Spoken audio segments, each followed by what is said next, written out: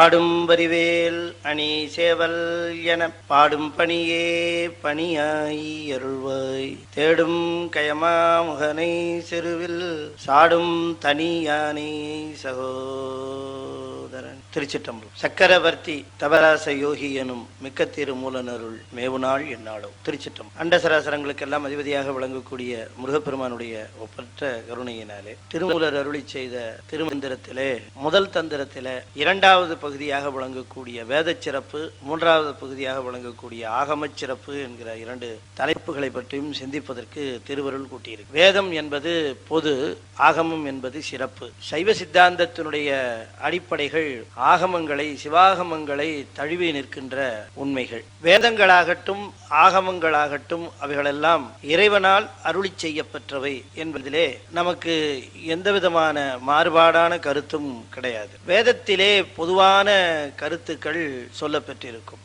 அந்த பொதுவான கருத்துக்கள் மனிதர்கள் தங்களுடைய வாழ்க்கையை அமைக்கின்ற அந்த நிலையை பற்பல நிலைகளாக இருக்கின்ற அடிப்படையை ஒட்டி பற்பல நெறிகளாக அதிலே வகுக்கப்பெற்று சொல்லப்பட்டிருக்கும். ஆகமங்கள் அந்த நெறிகளிலே நின்று பக்குவப்பட்டு வருகின்றவர்களுக்கு உயர்ந்த நிலையாக இருக்கக்கூடிய அந்த சிவத்துவ நிலையை அடைவதற்கான உண்மைகளை எடுத்துச் சொல்லும். உதாரணமாக சொல்ல வேண்டும் என்று சொன்னால், சோகம் பாவனை என்று பொதுவாக சொல்லப்படுகின்ற மகா வாக்கியத்தை பற்றி நமக்கு தெரியும். தத்துவமசி. சோகம் என்பது என்ன? அதுதான் இந்த ஹம்ச பாவனை என்று சொல்லக்கூடிய ஹம்ச மந்திரம் என்று சொல்லக்கூடியதிலிருந்து சோகம் என்பதை அப்படி திருப்பி போட்டா ஹம்ச என்கிற அந்த நிலை வரும். என்ன பொருள் என்று சொன்னால், அவன் நான் ஆனேன் என்பதுதான் அது பொது நிலை. ஆனால் சிவாகமங்களிலே சொல்லப்படுகிற பொழுது அது சிவோகம் பாவனை என்று சொல்லப்படும். சிவன் நான் ஆனேன் என்று சொல்லு. எனவே பொதுவான கருத்துக்களை வேதம் சொல்லுகிற பொழுது அவற்றினுடைய சிறப்பான நிலையை எடுத்து சொல்லுவது ஆகம். பக்குவத்தை நோக்கி சென்று கொண்டு இருக்கிறவர்களுக்கு வேதமும், பக்குவ நிலையை அடைந்தவர்களுக்கு ஆகமமும் உறுதி பொருளாக நிற்கும். வேதத்திலே சொல்லப்பட்டு இருக்கிற எல்லாமே எல்லாருக்கும் பொருந்தும் என்று நாம் கொண்டு விடுதல் கூடாது. சிலருக்கு சொல்லப்பட்டிருக்கிற நீதி சிலருக்கு பொருந்தாமல் போகலாம். ஒரே ஒரு கருத்து மட்டும் சொல்லிவிட்டு நான் அதுல ஒரு பாடல் சொல்லலாம் என்று இருக்கிறேன். நம்ம நிறைய பகுதிகள் பார்க்க வேண்டியிருக்கு. வேதத்திலே ஊன் வேள்விகள் என்று சொல்லப்படுகிற ஒரு பகுதியானது பேசப்படுகிறது. அந்த பகுதியை பார்க்கிற பொழுது சமணர்களாகட்டும் அவர்கள் சொல்லுகின்ற ஒரு முக்கிய நிலையே, இந்த கொல்லாமை என்று சொல்லக்கூடிய ஒன்றை வேதம் வலியுறுத்தவில்லை என்பதை அவர்கள் அந்த ஒரு பகுதியை எடுத்து காட்டி சொல்லுகிறார். இறை வழிபாடு என்று வருகிற பொழுது எல்லோருக்கும் இறை வழிபாடு ஒன்றாக அமைந்து விடுவதில்லை. ஒவ்வொருவரும் ஒவ்வொரு முறையிலே பக்குவப்பட்டு இறை வழிபாட்டுக்கு வருகிறார்கள். அதிலே ஊன் வேள்வியோ அல்லது ஊன் கொண்டு செய்கின்ற வழிபாடும் தொன்று காலம் தொட்டு இருந்து வந்திருக்கிற ஒரு நெறி. ஒரு வேள்வியை செய்கின்ற பொழுதாகட்டும், வழிபாடை செய்கின்ற பொழுதாகட்டும், கொல்லாமை என்கிற நிலையிலே இருந்து செய்வதுதான் சிறப்பு என்று பொதுவாக சொன்னாலும் கூட, அப்படி ஒரு நிலை வருமானால் நீ கொல்லாமையை கூட கைவிடலாம், கடவுளை கைவிடக்கூடாது என்பதுதான் அது வலியுறுத்துகிற நெறியாக கொள்ளவும். சமணம் போன்ற நூல்கள் என்ன சொல்லுகிறது என்று சொன்னால், கடவுளை விட்டுவிடு, கொல்லாமையை கடைபிடித்தாலும் கடைபிடி, ஆனால் கடவுளை விட்டுவிடு என்று சொல்லுகிறது. இப்ப நமக்கு எப்படின்னா, அது ஒண்ணுக்காக நாம போய் அவனை கிடுக்கி பிடி போட்டோம்னா இதுக்காக கடவுளைத்தான் விடுவானே தவிர இதை விட மாட்டான். ஒரு நுட்பம் அதுல. ஆக அவர்கள் வழியிலேயே சென்று நாளடைவிலே பக்குவம் முதிர முதிர அதுவும் தவறு என்று உணர்ந்து அவர்கள் தாங்களாகவே அந்த உயர்ந்த நிலைக்கு வருவார்கள் என்கிற நிலையிலேதான் நீ எப்படியாவது அஞ்சியாகினும் அன்புபட்டாகினும் அப்படின்னாரே அப்பர் சுவாமி. இது எப்படியாவது கும்பிட்டா சரி, நமக்கு என்ன தேவைன்னா நீ எப்படியாவது இங்க வந்து சேரணும். நீ வழிபாடு இறைவன் ஒருவன் இருக்கிறான் என்பதை அடிப்படையாக நீ ஒப்புக்கொள்ள வேண்டும். அதுதான் வேணுமே தவிர, நான் தினம் குளிக்கணுமா சார், தினம் 2 வேளை குளிக்கணுமா சார், இதெல்லாம் அப்புறம் பாத்துக்கலாம்ப்பா, நீ சாமி கும்பிடணும்னு உனக்கு நினைப்பு இருக்கா இல்லையா, நீ வந்து சரி போதும், அது போ, நான் ரொம்ப சுத்தபத்தமா இருக்கணுமா, முடிஞ்ச அளவுக்கு இரு, ஆனா கடவுளை கும்பிடு, அவன் தான் எல்லாத்துக்கும் காரணம்ங்கிறத மறந்துடாத. அவனைத்தான் நம்ம கடைசியில போய் சேரணும்னு நினை. நமக்கு கொடுத்திருக்கிறதெல்லாம் அவன் கொடுத்ததுதான்னு நினைக்க. இதெல்லாம் நீ அடிப்படையா வச்சுக்கோ, அதுதான் முக்கியம் என்று வலியுறுத்துவது நம்முடைய எப்படி பார்த்தாகினும் கடவுள் கொள்கை விடுபட்டு விடக்கூடாது என்பதில் நாம காட்டுகிற அந்த தீவிர, அது ரொம்ப அற்புதமா சொல்லுவார் சேக்கிழார். திருநாவுக்கர சுவாமிகள் சமண சமயம் போய் சேர்ந்தாருங்கிற பொழுது சொல்லுவார், சைவத்துல இருந்துட்டு சமணம் போனாருங்கிறதுக்கு அது சொல்லு, கொல்லாமை மறைந்துரையும் அமன் சமயம் குறுகினார். கொல்லாமை மறைந்துரையும், கொல்லாமை என்கிற ஒரு கொள்கையை வைத்துக் கொண்டே தங்களுடைய அத்தனை படிக்குணங்களையும் மறைத்து கொண்ட சமயம் அது. யாராவது நம்ம சமயத்தை ஆதரிக்கலைங்கிறதுக்காக கல்லை கட்டி கடல்ல போடுவானா? சொல்லுங்க. இல்ல நம்மளை ஆதரிக்கலேங்கிறதுக்காக நஞ்சு சோறு கொடுப்பானா? யானையை விட்டு இடரை செய்வார்களா? அப்ப அஹிம்சை என்றும் உயிர்கொலை செய்யக்கூடாது என்றும் உயிர்களை துன்புறுத்தக்கூடாது என்றும் சொல்லுகிறவர்கள், வேடிக்கையா எங்கேயோ படிச்ச பசுக்களை காப்பாற்ற வேண்டும் என்கிற ஒரு கூட்டத்தினர் விவேகானந்த சுவாமிகளை போய் பார்த்தார்கள். அவர்கள் எல்லாம் பசுக்களை காப்பாற்றுகிறவர்கள் என்று தங்களை சொல்லிக் கொண்டு வந்தார்கள். விவேகானந்தரை பார்த்து, நாங்கள்லாம் பசுக்களை காப்பாற்றுகிறவர்கள், அதனால பசு குலத்தை போற்றுகிறவர்கள், நீங்க எங்களுக்கு ஆதரவு தர வேண்டும். தரப்பா, அதை பத்தி இல்ல. ஆனா அந்த காலத்துல பசி பட்டினியினால மக்களே இறந்து கொண்டிருந்த நேரம், கவனிப்பாரற்றி மிகவும் தாழ்ந்த நிலையில இருந்தவர்கள் எல்லாம் துன்புற்றி இருந்த நேரம். விவேகானந்தர் சொன்னார், அது இருக்கட்டும், இந்த மக்கள் எல்லாம் ஒரு குறிப்பிட்ட பகுதியில இவர்கள் எல்லாம் துன்பப்படுகிறார்கள், பசியினால வேதனைப்படுகிறார்கள் என்றெல்லாம் சொல்லுகிறார்களே, அவர்களுக்கு நீங்க ஏதாவது சர்வீஸ் பண்ணலாமே, உங்களால ஏதாவது பண்ண முடியுமா என்று கேட்டு. அதுக்கு அவங்க சொன்னாங்களா, அதெல்லாம் அவங்க கர்மா, அவங்க அனுபவிக்கணும்னு அவங்க தலையெழுத்து, அவங்க அனுபவிக்கிறாங்க, எங்களுக்கு அதை பத்தி கவலை இல்லை. பசுக்கள் தான் எங்களுடைய முக்கியமான நோக்கம், எங்க பசுதான் எங்கள் தாய், எங்கள் குலதெய்வம், அதுதான் எங்கள் தாய் அப்படின்னு சொன்னாங்களாம். விவேகானந்தருக்கு ரொம்ப சரியான கோபமா. அது சொன்னாரா, பசுதான் உங்கள் தாய்ங்கிறது எனக்கு ரொம்ப முக்கியமா புரிஞ்சு போச்சு. ஏன்னா இப்படி ஒரு ஜென்மாக்களை பெற்றிருக்கிறது அந்த மாதிரி ஒரு தாய் தான் பெற்றிருக்கிற முடியும் அப்படின்னு சபத்காரமா சொன்னாராம். நீ வந்தவங்களாம் மாடு மாதிரி என்னையாது, மாட்டுக்கு அன்பு காட்ட வேண்டியதா இல்லைன்னு சொல்ல, நம்மை போன்ற சக உயிர்கள் எல்லாம் துன்பப்படுகின்றன என்று சொல்லி அவர்களுக்கு என்ன செய்ய வேண்டும் என்று சொல்லுகிற பொழுது, சமணர்கள் கடவுளை பத்தி எல்லாம் ஒன்றும் பேச்சே கிடையாதுங்க, கொல்லாமை வேண்டும் அப்படின்னு சொல்லிவிட்டு, நம்மை போல இருக்கிற ஒரு ஆன்மாவிற்கு, அவர் திருநாகர சுவாமிகளுக்கு, அப்பர் சுவாமிகளுக்கு எத்தனை துன்பங்களை கொடுக்க முடியுமோ அத்தனை துன்பங்களையும் கொடு. என்ன கொல்லாமை இது சொல்லுங்க பார்க்கலாம். எறும்பை கொல்ல மாட்டேன், புழுவை கொல்ல மாட்டேன், பூச்சியை கொல்ல மாட்டேன், ஆனா நல்ல பெரிய உயிரா இருந்தா அவங்கள கொல்லுவோம் அப்படின்னா இது ஒரு தத்துவமா? இது இல்ல. அத ரொம்ப குறிப்பிட்டு சொல்லுகிறார். ஆக என்ன நாம பார்க்கணும் என்கிற பொழுது, நம்முடைய மதத்துல நிரம்ப பிரிவுகள் இருக்கு. சைவத்திலேயே இப்ப எடுத்துக்கொண்டா, சைவம் என்பது சிவனை ஒப்புக்கொள்ளுகிற ஒரு சமயம், அன்பு நெறி. நான் இப்ப இன்னும் தெளிவா பேசுகிறேன். சைவம் என்பது சிவனை முழுமுதற் பொருளாக ஒப்புக்கொண்ட ஒரு நெறி. ஆனால் இருக்கிறவங்க அத்தனை பேரு வெஜிடேரியன் தான் அப்படின்னு கேரண்டி கொடுக்க முடியாது. வெஜிடேரியன் வேறு, சைவன் வேறு. இன்னும் சொல்ல போனா சைவம் வேறு, சைவன் வேறு. அதை நாம அடிப்படையா புரிஞ்சுக்கணும். இப்ப நான் போட்டு அதை வலியுறுத்தினேன்னு வச்சுக்கோங்க. இப்ப என் கூட்டத்துல இன்னும் கொஞ்சம் பேர் போயிடுவான், சார் அங்க சாப்பிட சொல்றாங்க சார், நான் அங்கே போய் இருந்துக்கிறேன்னு. நான் இழக்க தயாரா இல்லை. உண்மையாக சொல்லுகிறேன், எனக்கு இப்ப என் கூட்டம் பெருசு. இவன் சிவனை ஒப்புக்கொண்டு சிவனை வழிபடுகின்ற ஒரு நெறியில இருந்தால் போறோம். என்னை பொறுத்த வரைக்கும் சிவம் பார்த்துக்கும். நாளடைவிலே தர வேண்டிய ஒழுக்கங்களையும் பக்குவங்களையும் அந்த ஆன்மாவிற்கு அது ஊட்டுவது அதோட வேலை, அது செய்யும். நீ வெஜிடேரியனா இருந்தா நல்லது, சைவ உணவு மரக்கறி உணவு உண்டு நீ இருந்தால் சிறப்பு. யானை இல்ல ஒன்னும் பெருசு இல்ல, விட்டுரு, நீ அதுக்கப்புறம் வந்துருவேன். ஒண்ணு அதுக்காக நீ இதை விட்டுறாத. நான் சிவன் கோயில் போக மாட்டேன், தேவாரம் படிக்க வேண்டாம், அதெல்லாம் ஒண்ணு இல்ல, படிக்கும்போது சுத்தமா அவ்வளவு அப்படி சொல்லிக்கலாமே.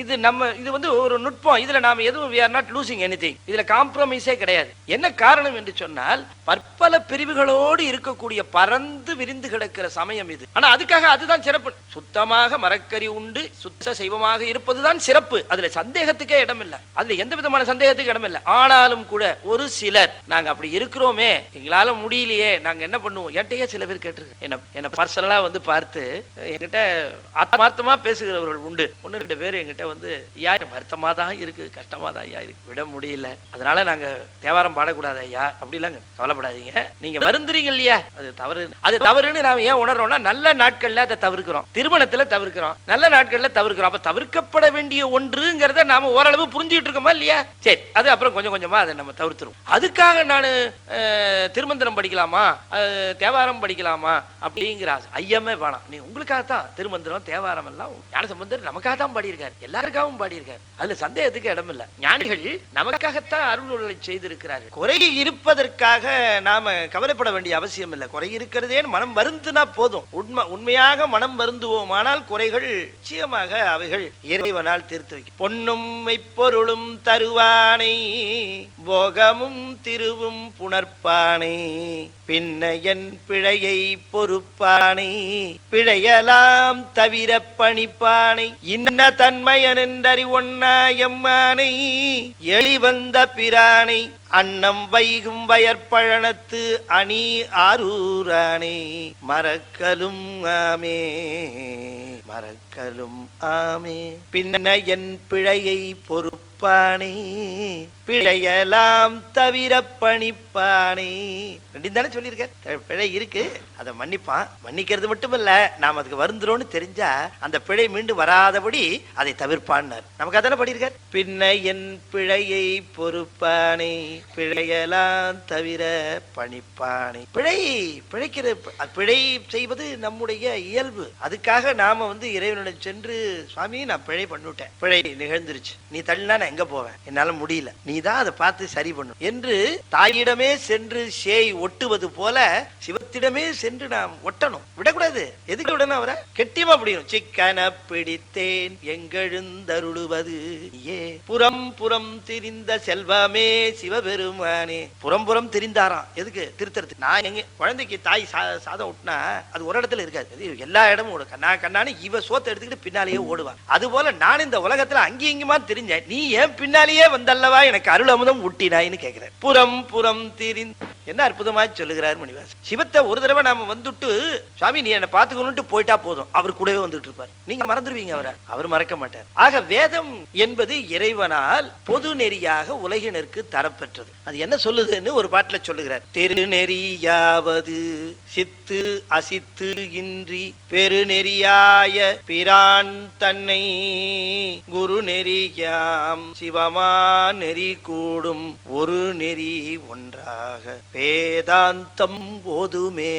ஒரு நெறியா, ஒரு நெறினா ஒன்லி ஒன் அப்படின்னு அர்த்தம் இல்ல, இன்கம்பேரபிள். ஒருனா ஒப்பற்ற நெறி. நமக்கு என்னங்க வேணும்? என்ன வேணும்னா, நீங்க பல்வேறு கோரிக்கைகளை வச்சிருப்பீங்க, எல்லாத்தையும் போட்டு ஒன்னா குரூப் பண்ணா அதுக்கு டோட்டலா இது அடிப்படையா என்ன வேணும்னு ஒண்ணு தெரிஞ்சு போகும். என்ன வேணும்னு கேட்டா அடிப்படையா ஆனந்தம் வேணும், இன்பம் வேணும். அவ்வளவுதானே. நமக்கு இன்பமா இருக்கணும், எப்பவும் இன்பம் தேவை. அதுதான் அந்த இன்பம் என்கின்ற ஒன்று எப்பொழுது நிகழும் என்று சொன்னால், இன்பப் பொருளோடு இணைந்தால் தான் நிகழும். இன்பப் பொருளோடு இணைகின்ற பொழுதுதான் நமக்கு இன்பம் வருமே தவிர, நாம எதெல்லாம் இன்பப் பொருள் நினைச்சிட்டு இருக்கிறோமோ அதோட எல்லாம் சேர்ந்தா இன்பம் வராது. அது வருவது போல தோணும், ஆனா அது உண்மையான இன்பம் கிடையாது. அப்ப சொல்லுகிறார், திரு நெறியாவது. திருனா முக்தின்னு அர்த்தம், வீடு பேருன்னு அர்த்தம். முக்தி என்பது என்ன? எல்லா துன்பங்களிலிருந்து விடுபடுவது, அதுதான் முக்தி. எல்லா துன்பங்களிலிருந்து விடுபடுவது மட்டுமா? இல்ல, எல்லா துன்பங்களிலிருந்தும் விடுபட்டு இன்பத்தில் மூழ்குவது, அதுதாங்க முக்தின்னு பேரு. துன்பத்திலிருந்து விடுபட வேண்டும், அதுதான் நோக்கம். இன்பத்திலே மூழ்க வேண்டும், அதுதான் நிறைவு. நமக்கு எப்ப பார்த்தாலும் துன்பம் இருக்கிறது. இந்த துன்பங்களில் இருந்து விடுபட்டு இன்பத்திலே மூழ்குதல் என்பதுதான் நம்முடைய நோக்கமா இருக்கு. நமக்கு காலையில எழுந்திருச்சா இரவு போகிற வரைக்கும் நாம தினம் தினம் சந்திப்பது எல்லாமே நமக்கு கவலைகளும் துன்பங்களும் தான். இந்த கவலைகளும் துன்பங்களும் என்று சொல்லக்கூடிய இவைகள் எல்லாம் மிகப்பெரிய ஒரு கவலையை மறைத்துக் கொண்டு இருக்கிறது. நாம தினந்தோறும் சின்ன சின்ன கவலையப்பட்டுக்கிட்டே இருக்கிறோம். ஒவ்வொரு நாளும் பற்பல கவலைகள் நமக்கு வருகிறது. ஆனால் இந்த கவலைகளை எல்லாம் நாம கவனித்துக் கொண்டிருக்கிற அதே நேரத்துல மிகப்பெரிய கவலையை நாம மறந்துடுறோம். என்னது மிகப்பெரிய கவலை?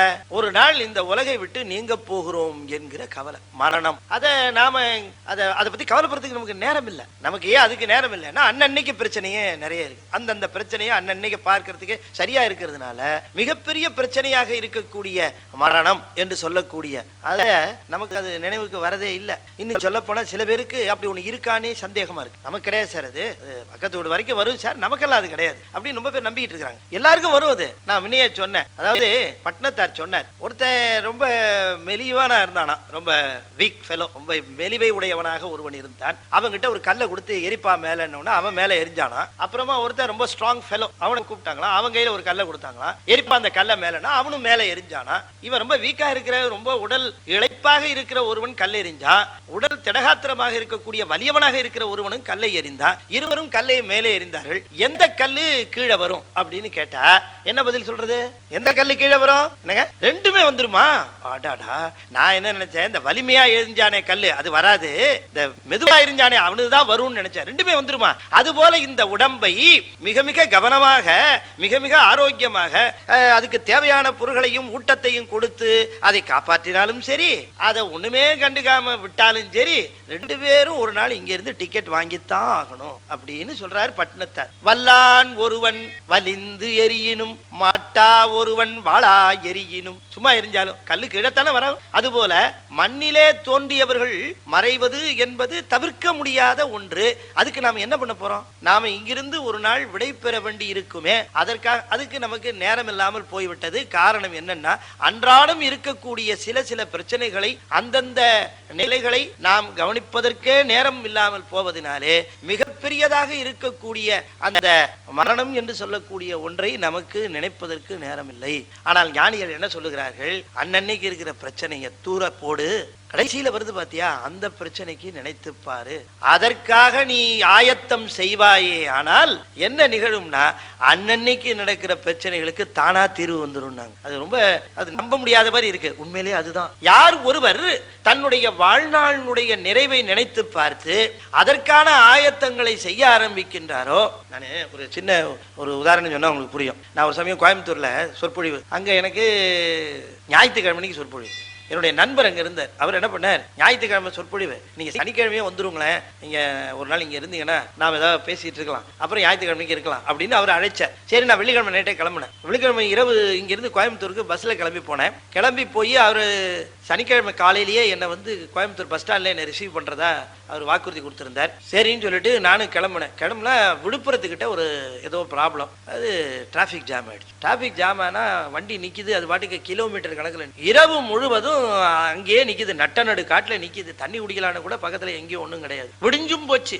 அப்புறமா ஒரு 7-8 மணிக்கு சரியாச்சு காலையில. அதுக்கப்புறம் பஸ் எல்லாம் கிளம்பி நான் கோயம்புத்தூருக்கு போய் சேருகிற பொழுது மறுநாள் மாலை 6:45 மணி. காலையில 7 மணிக்கு போய் சேர வேண்டிய 7:30-8 மணிக்கு சேர வேண்டியவன் சாயந்தரம் 7:30 மணி. அவர் நண்பர் அங்கேயா நின்றுட்டு இருப்பாரு என்ன ரிசீவ் பண்றது. அவர் காலையில பார்த்துட்டு போயிட்டாரு. நான் என்ன பண்ண, அங்க ஒரு ஆட்டோவை பிடிச்சி வீட்டுக்கு போய் சேர்ந்தேன். அவர் அடடா வாங்க என்ன ஆச்சு அப்படின்னாரு. அப்புறம் விவரத்தை சொன்னேன், இந்த மாதிரி ஆயிடுச்சு. சரி, நீங்க ரொம்ப கலப்போட வந்திருப்பீங்க, நீங்க முதல்ல குளிச்சுட்டு வாங்க, நீங்க ஏற்பாடு பண்ணிரு. சரி, குளிச்சுட்டு வந்தேன். அற்புதமா உணவு போட்டார், சொல்லணும் சிறப்பான உணவு. சாப்பிட்டோன்னு சொன்னார், இன்னைக்கு நாம பேசுறதுல நாளைக்கு பாத்துக்கலாம், நீங்க ஓய்வு எடுக்கணும் முதல்ல அப்படின்னு சொன்னார். நானும் ரொம்ப நொந்து போயிருந்தேன். சரி, அவர் சொன்ன உடனே கேட்டோன்னு கூட்டு போனார். வீட்டுக்கு பின்னாடியே பெரிய ஒரு பங்களா டைப் வீடு, ஒரு பகுதியை தள்ளி இருக்கிற ஒரு பகுதியில தான் ஒரு வீடு. எனக்கு ரொம்ப அந்த வீடும் பிடிச்சிருந்தது. அழைச்சின்னு போனார். பின்னாலேயே கெஸ்ட் ஹவுஸ் மாதிரி ஒரு சின்ன இடம் கட்டி வச்சிருக்காரு. ஐயா, நீங்க இங்க படுத்துக்கலாம், நல்லா சந்தோஷமா அற்புதமா தூங்கலாம் அப்படின்னு பெட்டை காட்டினார். நல்ல எவ்வளவு மொத்தத்துக்கு அந்த மேட்ரஸ், அற்புதமா தலைவாணி. பார்த்தவனே தூக்கம் வருது, படுத்தவனே தான் எல்லாருக்கும் தூக்கம் வரும், அதை பார்த்தாலே தூக்கம் வருது. என் உடம்பு வேற அப்படி இருந்தது. இரவு முழுதும் தூக்கம் இல்லாம பஸ்ல போய் அப்புறமா அவர் என்ன பண்ணார், கதவை தாப்ப போட்டுங்க ஐயா, உங்க ஒருத்தரும் இங்க தொந்தரவு பண்ண மாட்டாங்க அப்படின்னாரு. நீங்க நல்லபடியா ரெஸ்ட் எடுக்கலான்னு சொல்லிட்டே இருக்காரு, நகர மாட்டேங்கிறாரு. படுப்போன்னு இருந்தது எனக்கு. சரிங்க. அப்புறம் பெட்ல ஏறி உட்கார்ந்தேன். அப்புறம் வரட்டுங்களா ஐயான்னாரு. சரிங்க ஐயா அப்படின்னு அவர் வந்தார். வாசலுக்கு போனவர் ஒரு சின்ன விஷயம் சொல்ல மறந்துட்டேன். யாரும் இங்க உங்களை தொந்தரவு பண்ண மாட்டாங்க, ஆனா ராத்திரி மட்டும் கொஞ்சம் கவனமா இருங்க, ஒரு 20 அடி நீளத்துக்கு ஒரு கருநாகம் வந்துட்டு போகுதுன்னாங்க, இங்க ஜன்னலை மட்டும் சாத்தி வைங்கன்ட்டு போனார். நீங்க நினைச்சு பாருங்க, ராத்திரி தூங்கி இருப்பேங்கிறீங்க. அந்த படுக்கை மேல எடுத்து 2 காலை வச்சுட்டு இப்படி உட்கார்ந்தவன் தான். கருப்பா ஏதாவது அசைஞ்சாலே போறோம், ஐயோ ஏதோ பாம்பா இருக்குமோன்னு நடுநடுங்கி போனேன். வள்ளல் பெருமான் கேட்கிறார், கணமுடையோம் கட்டுடையோம் என்பீர், கணமுடையோம் கட்டுடையோம் என்பீர். நாங்க இப்படிப்பட்ட ஆள் தெரியுங்களா? அம்முனா போதும் ஒரு 50 பேர் நிற்பான், அம்முனா போதும் ஒரு 60 பேர் நிற்பான். ஆனா ஒரு பார்வை பார்த்தனா போதும் 80 பேர் பாய்வான். எனக்கு அந்த மாதிரி கட்டுக்கோப்புடைய ஆட்கள் நாங்கள். கணமுடையோம் கட்டுடையோம் என்பீர், சினமுடைய கூற்றுவர்க்கு என் செய்வீர். சினமுடைய கூற்றுவன் வந்தால் என்ன பண்ணுவீர்? இந்த 50 பேர்த்த மேல பாய சொல்லுவீரான்னு கேட்டான். கூற்றுவன் வருகிற பொழுது கூட இருக்கிறவர் யாருமே ஒண்ணும் பண்ண முடியாது இல்லையா? ஐயோ கூற்றுவன் வந்து விட்டானே, நான் என்ன பண்றது? டே அவன் என்ன கூப்பிடுறான்டா, நீ கூட வரியாடான்னு யாரையாவது கூப்பிட்டா வருவானா? பத்திரமா போயிட்டு வாங்கன்னு வழி அனுப்பி வைப்பான் இல்லையா? அந்த பாம்புன்னு ஒண்ணு எப்படி இரவு உறக்கம் போச்சோ அதுபோல ஞானிகளுக்கு மரணம் என்கிற அந்த ஒன்று நினைவு வந்தவன உலக நினைவே அற்றுப்போம். ஆஹா, அதிலிருந்து நாம் தப்பிக்க வேண்டுமே. எல்லாரையும் தீண்டுகிற மரணம் என்கிற பாம்பு நம்மையும் தீண்டுமே. அதிலிருந்து எப்படி நாம் தப்புவது அப்படின்னா அதுக்கு ஒரே வழி சிவனை சென்று சேர்வது. அதுதானே மார்க்கண்டேயர் வரலாறு. மார்க்கண்டேயர் 16 வயதுன்னு நிர்ணயித்த பிறகு யமன் கூட்டிட்டு போறதுக்காக வந்தா, காலால உதைச்சார். காலால உதைச்சது அவன் டியூட்டியை தானே செய்ய வந்தான். எதுக்கு சார் இவர் உதைக்கிறாரு? அவன் 16 வயசுன்னு இவர் தானே சார் சொன்னாரு. அதுக்கப்புறம் அவன் டியூட்டியை பண்றதுக்காக கூப்பிட்டான். அதுக்கு இவர் காலால உதைச்சா என்ன சார், எப்படி சார் சரியா வரும் என்று பல பேர் கேட்கிறாங்க. 16 வருடம் வரைக்கும் அவன் இந்த உலகத்திலே அந்த ஆன்மா இங்க இருக்க வேண்டும் என்பது சட்டம். அது உண்மை, அது சந்தேகத்துக்கு இடமில்லை. அதுக்கப்புறம் எங்க போறதுன்னு தீர்மானிக்கிறது யமன் இல்ல.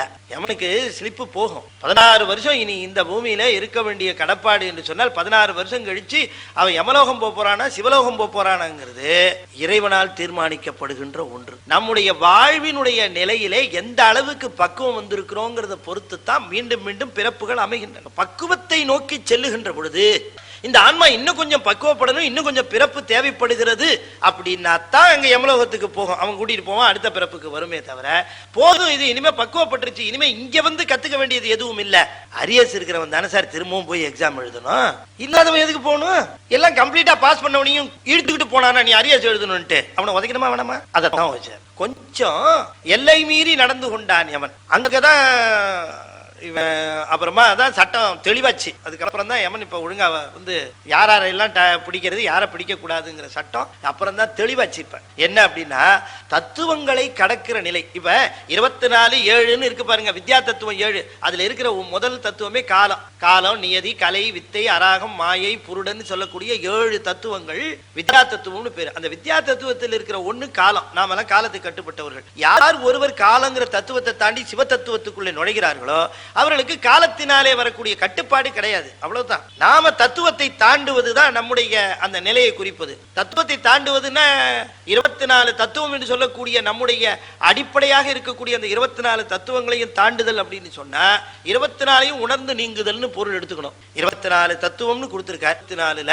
20 என்பது உடற்பொருள் சம்பந்தமானது, 4 அந்த கரணம், 24 24 ஒரு 7 வித்யா தத்துவம். இவைகள் எல்லாம் நமக்கு கருவிகளாக கொடுத்திருக்கிறார். இந்த கருவிகளை எல்லாம் உணர்ந்து உணர்ந்து ஒன்னொன்றாக நீங்கி வருகிற பொழுது நமக்கு ப்ரமோஷன் வந்துட்டு இருக்கு. 24:7:31 என்று சொல்லக்கூடிய இந்த தத்துவங்களை எல்லாம் நம்ம தாண்டணும்னா என்ன பொருள்னா உணர்ந்து நீங்குதல்னு பேரு. இவற்றை நீங்கி விடுவதே முக்தின்னு சொல்லுகிறார்கள் பௌத்தர்கள். உடம்பை நீங்குவது முக்தி என்று சொல்லுகிறார்கள். உடம்பை நீங்கினவெல்லாம் முக்தி அடைவான்னு சொல்ல முடியுமா? 24:7:31 தத்துவம். அந்த 31 தத்துவத்தையும் நீங்கியவர்கள் எல்லாம் முக்தி பெற்றவர்கள்னா ஒருத்தர் சொன்னார், ஐயா இந்த 24 இந்த 7 இதை தாண்டியவர்கள் தானே முக்தி பெற்றவர்கள். ஆமா. இதை தாண்டியவர்கள் சிவகதி பெற்றவர்களா? ஆமா. எங்க தெருவில் பக்கத்தில் ஒருத்தர் இருக்கார் சார், எங்க தெருவுக்கு அடுத்த தெரு, அவர் முக்தி பெற்றவர் சார். எப்படி சொல்றேன்? கடந்த 6 மாசமா 24:7:31 தத்துவத்தை தாண்டி தான் நிக்கிறார். என்ன அப்படின்னு கேட்டேன். கோமாவில் இருக்காராம். எல்லா தத்துவத்தையும் தாண்டிட்டார் சார். அவருக்கு சுவை கிடையாது, பார்வை கிடையாது, கேட்டல் கிடையாது, எல்லாமே கிடையாது. அதல்ல உணர்ந்து நீங்குதல்னார்கள். உணர்ந்து நீங்குதல்னா தத்துவம் தாண்டுதல்னா வேற ஒண்ணும் கிடையாது. 24:7:31 தாண்டிட்டீங்கன்னா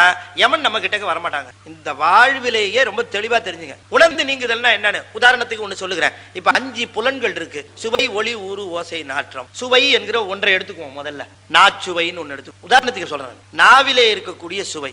இந்த சுவையை நீங்கள் உணர்ந்து நீங்கி விட்டீர்கள் என்று சொன்னால் ஒரு தத்துவத்தை தாண்டிட்டீங்கன்னு அர்த்தம். அதாவது உணவு வகையில எந்த விதமான விருப்பும் கிடையாது, வெறுப்பும் கிடையாது. இதுதான் போகணும் அப்படிங்கிற கட்டாயம் எதுவும் இல்லாமல் உணவு உண்பது என்பது உள்ளே இருக்கக்கூடிய சிவத்துக்கு நெய்வேத்தியம். உள்ளே இருக்குதுப்பா ஒரு இறைவன், அதுக்கு நெய்வேத்தியம் பண்ற மாதிரி தான் நான் உணவு உண்ணுகிறேன் என்று ஒருவர் எண்ணுவாரேயானால் கற்பனை கலைஞர் சிவபிரகாசம் சொன்ன மாதிரி உடம்பை பார்த்து சொன்னார், உனக்கு நான் எதுக்கு தெரியுமா சாப்பாடு போடுறேன், உனக்கு கூலி எதுக்கு கொடுக்குறேன் தெரியுமா? நீ சிவபெருமானை நோக்கி கையை எடுத்து தொழுது வணங்கணுங்கிறதுக்கு தான் உனக்கு சாப்பாடு போட்டுட்டு இருக்கிறேன். உனக்கு கூலி கொடுக்குறேன். நான் இந்த அன்னம் போடுறது எதுக்கு தெரியுமா? கூலி கொடுத்துட்டு இருக்கேன்.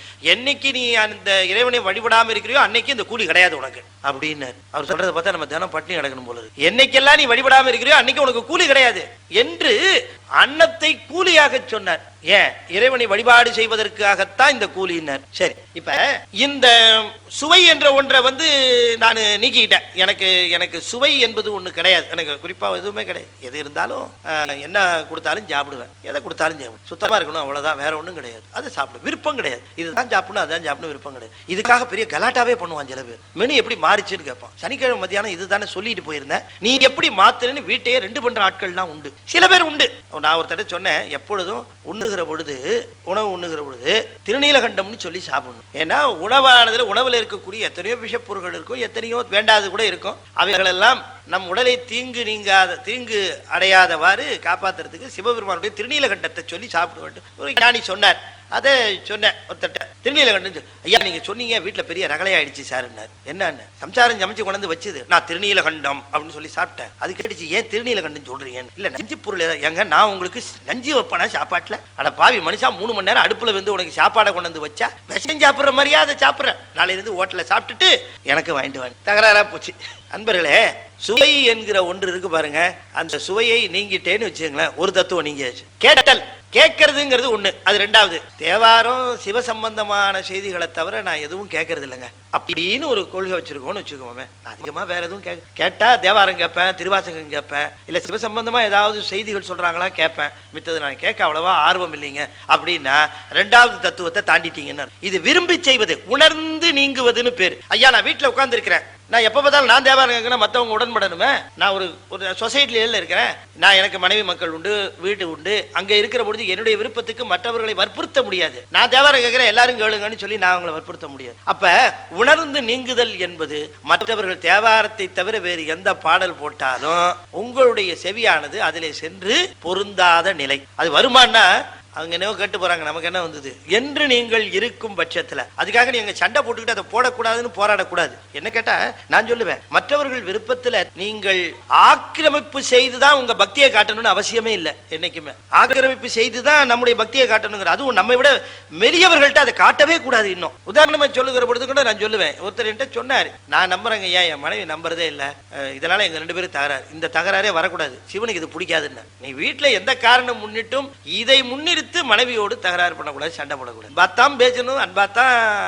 பிடிக்கலையா அவங்க எதையோ பார்த்துட்டு போறாங்க, அது ஒன்னே பாதிக்க கூடாது, அவ்வளவுதான். அதைத்தான் சொன்னார், உணர்ந்து நீங்குதல். இப்படி ஒவ்வொரு தத்துவமா உணர்ந்து உணர்ந்து உணர்ந்து நீங்குகிறவர்கள், ஒன்றொன்றா நீங்கி 24 தத்துவத்தை நீங்கி அப்படி போகிறவர்கள் என்ன பண்ணுவாங்க, இந்த 7 தத்துவத்துக்கு வந்துருவாங்க. அதுதான், அதுலதான் காலம், நியதி, கலை, வித்தை, அராகம், மாயை, புருடன் என்று சொல்லக்கூடிய அந்த 7 தத்துவத்துக்கு, அந்த தத்துவங்களையும் ஒன்றொன்றாக நீங்குகிறவர்கள் சுத்தமாயா பவனத்துக்கு போவார்கள். அவர்களுக்கு காலக்கணக்கு கிடையாது. காலக்கணக்கு கிடையாதுன்னா அவங்க காலத்தால் கட்டுப்பட்டவர்கள் அல்ல, காலத்தை தாண்டியவர்கள். அதுதான் சுத்தமாயா பவனம். சிவ தத்துவத்தில் இருக்கிறவர்கள், சிவன் காலால் காலனை உதைத்தான்னா அந்த தத்துவத்தை தாண்டியவர்கள் அர்த்தம். தத்துவம்னா பயப்படாதீங்க, தத்துவம்னா கருவின்னு அர்த்தம். நம்ம கிட்ட இருக்கிற கருவி, இது ஒரு தத்துவம். கண்ணு, அது பார்வைங்கிறது ஒரு கருவி, இது ஒரு தத்துவம். தத்துவங்கள் என்பது கருவிகள் அர்த்தம். கருவிகளோடு இருக்கிறோம். இந்த கருவிகள் நமக்கு எதற்காக தரப்பட்டிருக்கின்றன என்பதுடைய அடிப்படை உண்மையை உணர்ந்துட்டோம்னா அதை உணர்ந்து நீங்குதல் என்கிற அந்த வெற்றியை பெறுவோம். பெற்ற ஞானிகள் அதைத்தான் செஞ்சாங்க. இது அப்படியே தாண்டி ஆறாரையும் நீத்து அதன் மேல் நிலையை பேரா அடியேன் பெருமாறு உளதோ அருணகிரிநாதர் கேட்கிறார். இப்ப இந்த 24:7:31 தாண்டிட்டீங்கன்னா உங்களுக்கும் யமனுக்கும் சம்பந்தம் இல்லை, உங்களுக்கும் சிவனுக்கும் தான் சம்பந்தம். It looks so simple, but it is not simple. ரொம்ப சுலபமா தெரியுது இல்லையா? ஆக இப்ப ஒரு பொருளை வேண்டாம் என்று ஒதுக்குவது வைராக்கியத்தினாலே இல்ல, உண்மையிலேயே மனதிலே ஏற்பட்ட மாற்றத்தினால. இது வேண்டாம் அப்படின்னு நீக்குவது எதனாலன்னா, இது வேண்டாம்னு சொல்லியிருக்காரு, இன்னைக்குதான் போயிட்டு வந்திருக்கிற சொற்பொழிவுக்கு, இன்னைக்குன்னு பார்த்தா இந்த சிக்கல், இது வேண்டாம் போ, இன்னைக்கு வேண்டாம் அப்படின்னு வைராக்கியத்திற்காக வேண்டாம். உண்மையிலேயே அது எப்ப வரும்னா, சிவனை சுவைக்க ஆரம்பித்தால் நாச்சுவை போயிடும். நீங்க எவ்வளவுக்கு எவ்வளவு சிவநாமத்தையும் சிவனையும் சுவைக்க ஆரம்பிக்கிறீர்களோ அவ்வளவுக்கு அவ்வளவு நாச்சுவை நீங்கும். கவலையப்பட வேணாம், நிச்சயமா போகும். மாசில் வீணையும் மாலை மதியமும் வீசு தென்றலும் வீங்கிளவேணிலும் மூசு வண்டரை பொய்கையும் போன்றதே ஈசன் எந்தை இணையடி நிழலே. அப்புறம் சுவாமி சொல்ற, மாசில் வீணை நாதம் காதுக்கு, மாலை மதியம் அது கண்ணுக்கு குளிர்ச்சி. வீணை இசைருக்க அது காதுக்கு. சிவபெருமான் வீணை வசிப்பார். வேயுரு தோழி பங்கன் விடமுண்ட கண்டன் மிக நல்ல வீணை தடவி. நீங்க லால்குடி அங்க போனீங்கன்னா தட்சிணாமூர்த்தி, வீணா தட்சிணாமூர்த்தி, தட்சிணாமூர்த்தி கையில வீணை வச்சுட்டு அங்க அற்புதமா இருக்கும் பாக்குறதுக்கு. சுவாமிக்கு வீணை ரொம்ப இஷ்டம். மாசில் வீணையும் அவசரம் இல்லாத வீணை, அதான் மாசில் வீணைனர். மாசில் வீணையும் காதுக்கு குளிர்ச்சி, மாலை மதியமும் கண்ணுக்கு குளிர்ச்சி, வீசு தென்றலும் நல்ல மனம், அருமையான மலர்களுடைய மனத்தை எடுத்துட்டு வருது. அதனால மூக்குக்கு வீங்கிள வேணிலும் மூசு வண்டரை பொய்கையும் உடலுக்கு, இந்த தேகத்துக்கு தொடு உணர்வு. இப்ப எத்தனை சொன்னேன், ஒண்ணு விட்டுட்டு போல இருக்க, ஏதோ ஒண்ணு விட்டு போயிருக்கு. என்ன விட்டு போச்சு? காது, மூக்கு, தொடு உணர்வு, சுவை. சுவை விட்டு போச்சா? சுவை விட்டு போச்சு. ஆமா விட்டு போச்சு, அவருக்கு சொல்றதுக்கே விட்டு போச்சு.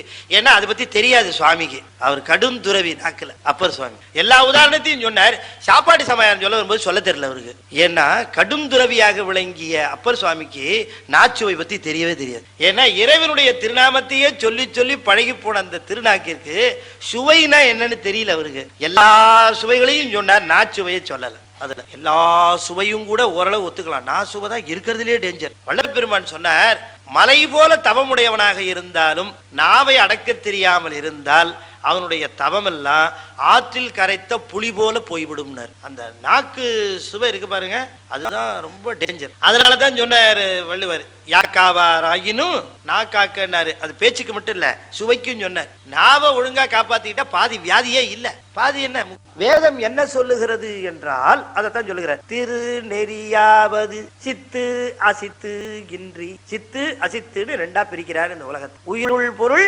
உயிரற்ற பொருள். இந்த உலகத்துல நாம சம்பாதிக்கிற பணம் எல்லாம் ரெண்டு பேருக்கு தான் செலவு பண்ணுவோம். யாருக்கு? ஒண்ணு உயிருள்ள பொருளுக்கு, இல்லைன்னா உயிரற்ற பொருளுக்கு. உயிரற்ற பொருளுக்குன்னா வண்டிக்கு பெட்ரோல் போடுவோம், உயிருள்ள பொருள்னா நம்ம வீட்டு அம்மாவுக்கு சாப்பாடு வாங்கி கொடுப்போம் ஹோட்டல்ல. இதுதானே செய்வோம். ரெண்டு விதம் தான் சுவாமி பிரிக்கிறார். சித்து அசித்து என்று சொல்லக்கூடிய இந்த இரண்டையே பார்த்து கொண்டிருக்கிறாய், இந்த இரண்டுக்கும் மேலாக ஒன்று இருக்கு, அது உனக்கு நினைவு இருக்குதா, தெரியுமான்னு கேட்கிறார். சித்து அசித்து என்று சொல்லக்கூடிய இரண்டு இந்த உலகத்திலே இருக்கிறது. சித்து என்றால் உயிருள் பொருள், அசித்து என்றால் உயிரற்ற பொருள். உயிரற்ற பொருளாக இருப்பதெல்லாம் ஜடம், உயிருள்ள பொருளாக இருப்பதெல்லாம் உயர்தினை. அகிரிநிலையும் உயர்தினை உண்டு, ஓரறிவு உயிர். இப்படி இருக்கக்கூடிய இவற்றையெல்லாம் கடந்து இவற்றிற்கு ஆதாரமாக விளங்கக்கூடிய ஒரு பொருள் உண்டு. அந்த பொருளை நீ உணர்தல் வேண்டும். அதை சொல்லுகிறார். திருநெறியாவது சித்து அசித்து இன்றி பெருநெறியாய பிரானை நினைந்து. இந்த ரெண்டையும் விட்டுட்டு சிவத்தை நினைந்து. சித்து அசித்து ரெண்டும் இருக்கும், ஆனாலும் கூட இரண்டு இருந்தாலும் நினைவு முழுவதும் அந்த சிவம் என்று சொல்லக்கூடிய அந்த பெரும் சித்திலே வழங்க வேண்டும். பின்னால் இதை விரிச்சு சொல்லுவார். இப்ப சித்து அசித்து அப்படின்னு சொல்லுகிற பொழுது அசித்தை நோக்கத்தான் நாம சித்தே தவிர சித்தை நோக்க நாம அசித் எப்படின்னு சொல்றேன். இப்ப இந்த உலகத்துல ரெண்டு விதமான பொருள்கள் இருக்கின்றன சொன்னேன். இப்ப இங்க இருக்கிறதையே நாம எடுத்துக்குவோம். உதாரணம் சொல்றேன். இங்க ஒளி, இது மைக். இந்த ஒளி இருக்கு பாருங்க, இந்த ஒளியினாலே இந்த மைக்குக்கு எந்த பயனும் கிடையாது. இந்த மைக்கினாலே இந்த ஒளிக்கு எந்த பயனும் கிடையாது. உங்களுக்கு புரியுதா? இப்ப பாருங்க, இந்த மைக் இங்க இருக்கு, திடீர்னு இந்த ஒளி நின்று போச்சு, விளக்கு அணைஞ்சு போச்சு. உடனே இந்த மைக்கு, யார் இந்த விளக்கு அணைச்சது, உடனே விளக்க போடுங்க, இல்லைன்னா ஒரு விளக்காவது ஏத்துங்க அப்படின்னு இந்த மைக் ஏதாவது கூக்குரல் எழுப்புமா? எழுப்பாது. இது எரிஞ்சா என்ன, எரியாட்டி என்ன, இதுக்கு எதை பத்தி இங்க வேலை கிடையாது இல்லைங்களா? சரி, இப்ப ஒண்ணு பண்றேன். விளக்கு எரிஞ்சிட்டு இருக்கு, இந்த மைக்கை தூக்கி நான் இந்த ஓரமா வச்சுடுறேன். உடனே இந்த விளக்கு யார் மைக் எடுத்து அங்க வச்சது, நான் ஒரு 10 வாட் கம்மியா தான் எரிவேன், இந்த மைக்கை கொண்டு இங்க வைங்க, அப்பதான் முழுக்க எரிவேன்னு சொல்லுமா? இது விளக்குக்கு மைக்கு இங்க இருந்தா என்ன, அங்க இருந்தா என்ன, அது எங்க இருந்தா என்ன அதுக்கு. இப்ப பாருங்க சொல்றேன். சிவத்தால் உலகத்திற்கு பயனில்லை, உலகத்தால் சிவத்திற்கு பயனில்லை. சிவத்தால் பிரபஞ்சத்திற்கு பயனில்லை, பிரபஞ்சத்தால் சிவனுக்கு பயனில்லை. நல்லா தெளிவா தெரிஞ்சுக்கணும். மைக்கால் ஒளிக்கு பயனில்லை, ஒளியால் மைக்குக்கு பயனில்லை. ஆனால் ரெண்டு இருக்குதே. ஏன் அப்படின்னா ஒளியாலும் மைக்காலும் பயன்படுகிற மூணாவதா ஒரு ஆள் இருக்கான். யாரு? நான் தான் இந்த மைக்காலும் பயன்பெறுகிறேன், இந்த ஒளியாலும் பயன்பெறுகிறேன். அது போல சிவத்தால் பிரபஞ்சத்திற்கு பயனில்லை, பிரபஞ்சத்தால் சிவனுக்கு பயனில்லை. ஆனாலும் சிவமும் பிரபஞ்சமும் இருக்கிறது என்று சொன்னால் இரண்டையும் பயன்படுத்துகின்ற மூன்றாவதாக ஒன்று இருக்கு, அதுதான் ஆன்மா என்று நிரூபித்தது சைவ சித்தாந்தம். இல்லையா? இல்லைன்னா ரெண்டும் இருக்க வேண்டிய பர்பஸே இல்லை. எதுக்கு காற்று இருக்கணும், எதுக்கு நிலம் இருக்கணும், எதுக்கு நீர் இருக்கணும், எதுக்கு நெருப்பு இருக்கணும்? இவைகளினால சிவம் ஒன்றும் பயனடைய போறதில்லை. அதே போல இவைகள் எல்லாம் ஜடப்பொருள்கள், இவைகளுக்கு சிவத்தால எந்த பயனும் கிடையாது, அவைகள் ஜடப்பொருள். அப்ப இவைகளும் இருக்கின்றன, சிவமும் இருக்கிறது என்று சொன்னால் இரண்டையும் கொண்டு பயன்பெற போவது இந்த ஆன்மாதான். யாவையும் சூனியம் சத்து எதிர் ஆகலால் சத்தே அறியாது. சூத்திரம் 7 சிவஞான போதம். அப்ப அசத்து இலது அறியாது, அசத்துக்கு அறிவு கிடையாது, ஜடப்பொருளுக்கு அறிவு கிடையாது, அதனால அது சிவத்தை அறியாது. சிவமும் பிரபஞ்சத்தை அறியாது. ஏன் அறியாதுன்னு சொன்னா ஒளி இருளை அறியாது. இன்னொரு தத்துவம் நீங்க அதுல தெரிஞ்சுக்கணும். நாம சிவத்துக்கு உலகம் தெரியாதா, சிவம் உலகம் அறியாதா? என்னங்க சார் இது? உலகம் சிவத்தை அறியாது, அது ஜடப்பொருள்ங்கிறதாவது ஒத்துக்கலாம். சிவம் உலகத்தை அறியாது, பிரபஞ்சத்தை அறியாதுன்னா நம்ம ஒத்துக்க முடிகிற மாதிரி இல்லைங்களே. அப்படி அதாவது அறியாதுன்னு சொன்னா தனித்து அறியாதுன்னு அர்த்தம், பிரித்து அறியாது. இப்ப இதை அறிகிறேன் நான் சொன்னா, மைக்கை அறிகிறேன்னா மைக்கு வேற நான் வேற, இந்த மேஜையை அறிகிறேன்னு சொன்னா மேஜை வேற நான் வேற. ஒன்றை அறிகிறேன் என்று சொன்னால் அது வேறு நான் வேறுன்னு பொருள் இல்லைங்களா? அப்ப சிவம் ஒரு பொருளை அறிகிறதுன்னா அந்த பொருள் வேற சிவம் வேறன்னு ஆயிடும். சிவம் இல்லாத ஒரு பொருள் உலகத்திலேயே கிடையாது, எல்லா பொருள்களிலும் சிவம் உண்டு. எனவே சிவம் ஒரு பொருளை தன்னின் வேறாக அறியாது, ஒரு சேர அறியும். அது ரொம்ப முக்கியம். சிவம் பிரபஞ்சத்தை அறியாதுன்னு சொன்னா அது தனித்து அறியாது. ஏன்னா அதைத்தான் சொன்னார் மணிவாசகர். ஒன்றும் நீ அல்லை அன்றி ஒன்று இல்லை. நீ எந்த பொருளும் கிடையாது, ஆனா நீ இல்லாம எந்த பொருளும் இல்லை. இப்படி ஒரு தத்துவம் சொன்னார் பாருங்க மணிவாசகர். ஒன்றும் நீ அல்லை அன்றி ஒன்றில்லை. நீ இல்லாம ஒண்ணும் கிடையாது, ஆனா நீ எந்த பொருளும் கிடையாது. இந்தன கருளி இருள் கடிந்து உள்ளத்து எழுகின்ற ஞாயிறே போன்று நின்றனின் தன்மை நினைப்பற நினைந்தேன். நீயலால் பெரிது மற்றின்மை சென்று சென்று அணுவாய் தேய்ந்து தேய்ந்து ஒன்றாம் திருப்பெரும் துறை உரை சிவனே. ஒன்று நீ இல்லை அன்றி ஒன்றில்லை, யார் உன்னை அறிய கேட்பாரே. உன்னை யார் தெரிஞ்சுக்க முடியும்னு கேட்டார். அப்ப நல்ல கவனமா கேட்கணும். இப்போ ஒண்ணு சொன்னேன், அதாவது தன்னின் வேறாக ஒரு பொருளை அறிதல் என்பது தன்னின் வேறாக இருந்தா தான் அறிய முடியும் தானே சொன்னேன். சிவம் என்பது எந்த பொருளில் இருந்தும் விடுபட்ட பொருள் அல்ல, எல்லா பொருள்களிலும் கலந்து விளங்குவது. கலந்து விளங்குவதோடு அதற்கு இருக்கக்கூடிய இன்னொரு நிலை கடந்தும் விளங்குவது.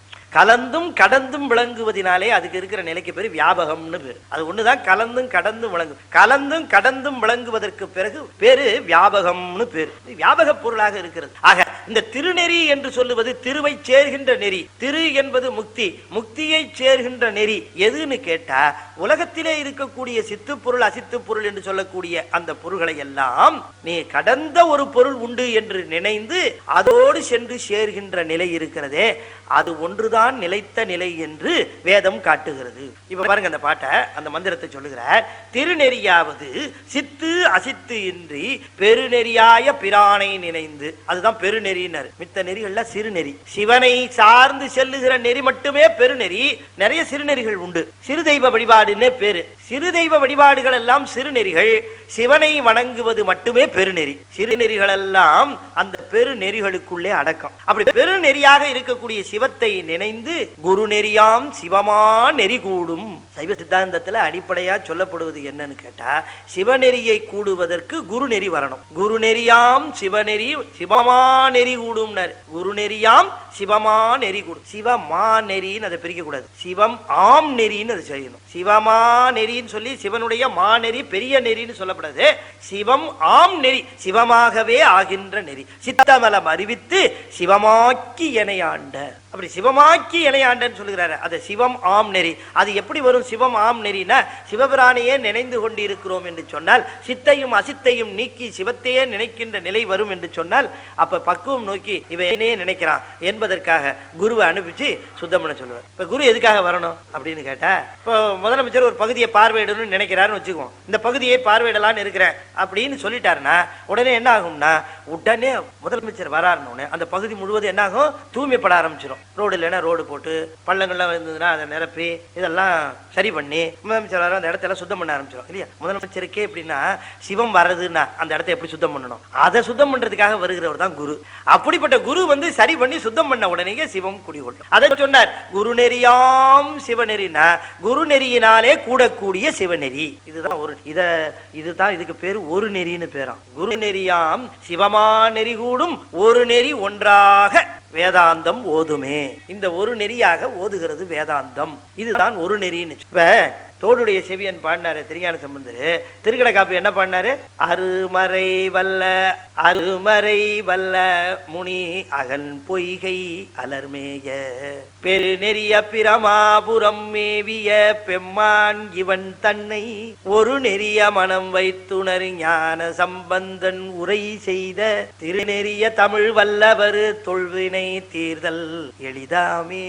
ஞான சம்பந்தருக்கு அவங்க அப்பா அம்மா வச்ச பேர் என்ன அப்படின்னா நமக்கு தெரியாது. ஆனா ஞான சம்பந்தரே சொல்லிக்கிறார், என் பேரு ஞான சம்பந்தன் அப்படின்னு சொல்றார். அந்த பாட்டுல முதல் பதிகத்துல திருக்கடை காப்புல தன்னுடைய பெயரை பிரகடனப்படுத்துகிறார். நல்ல வேளையா நம்ம தப்பிச்சோம், இல்லைன்னா மாணிக்கவாசகர் பேரை அறிஞ்சுக்கிறதுக்கே இவ்வளவு குழம்பிட்டு இருந்தோம். சரி, திருவாத ஊரடிகள் புராணம்னு ஒருத்தர் எழுதியிருக்கார் புராணம். மொத்தம் மாணிக்கவாசகருடைய வரலாறு 3 வரலாறு கிடைச்சிருக்குது. அந்த 3 வரலாறுல திருவாத ஊரடிகள் புராணம்னு ஒரு புராணம் இருக்கு. அதுல ஆரம்பிச்ச பாட்டுல இருந்து கடைசி ரொம்ப அற்புதமான நூல், சந்தேகம் இல்லை. ஒரு இடத்துல கூட மாணிக்கவாசகர்னு பேரே வரல. மாணிக்கவாசகர் வரலாறு முழுக்க எழுதியிருக்காரு, ஒரு இடத்துல மாணிக்கவாசகர்னு வரல. சரி, அதை ஒரு பக்கம் விடுங்க. இதுல இந்த மாதிரி குழப்பமே வரக்கூடாது. ஞான சம்பந்தன் தன்னுடைய பேரை பிரகடனப்படுத்திட்டார் சுவாமி.